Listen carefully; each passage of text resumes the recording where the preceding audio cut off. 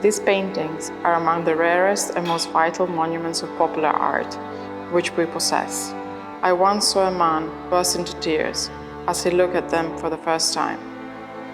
Sometimes they remind you of a popular needlework, like the brilliant picture of the shades of Athens.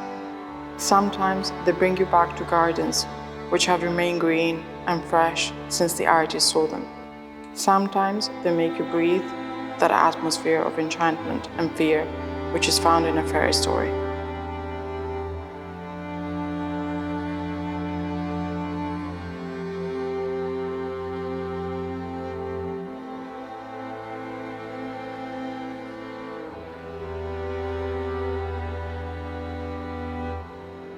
(1821) was not the first uprising of the Greeks against the Ottoman rule, but it was the first successful one.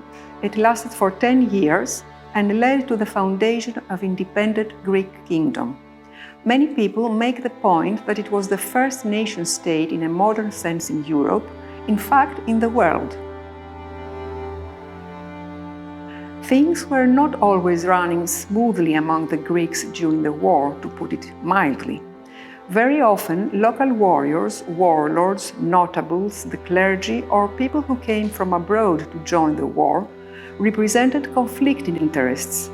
Internal strife was one of the reasons why the successful outcome of the revolution came after such a long time.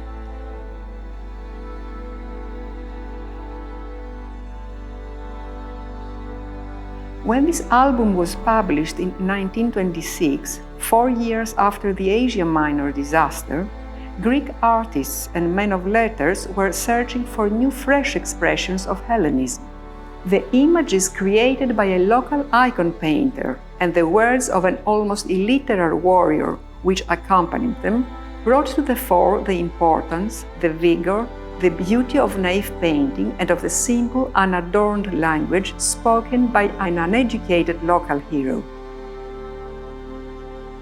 Although Makriyannis' memoirs had been edited and published in 1907 by the ardent demoticist Vlachogiannis, they were not paid the attention they deserved until the publication of the Gennadius Boissonnas album in 1926, which we exhibit here.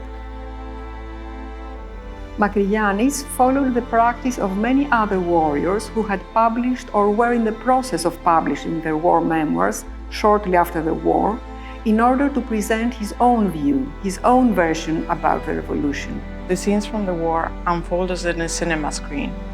We can almost hear the noise of the horse, the firing of the cannons, and the cries of the fighters. Makriyannis makes sure that these different elements are pictorially discernible. Lithograph number 17 with the battle at Analatos. The battle is raging, but Makriyannis remembers the topographic details: the Acropolis, the Lycabettus Hill, the Hill of the Muses, the Philopappou, the Gate of Hadrian, the Temple of Olympian Zeus, and anachronistically, since the battle took place in 1827, the newly built palace.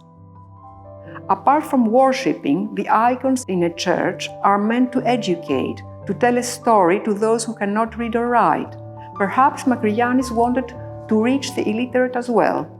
The details, the popular style, the colors, and the cinematic quality of these images, these are all factors that help to the visitor who was either familiar or not familiar and was not fully aware of this historic moment. In this way, thanks to these factors, they managed to be immersed in this world and to be fully part of it.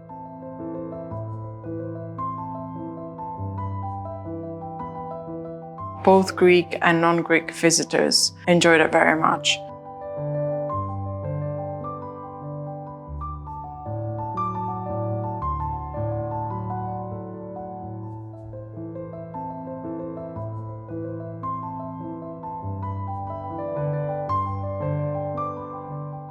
To bring life, a new life, to a topic which has been shown many times in the past and experience Greek history up close.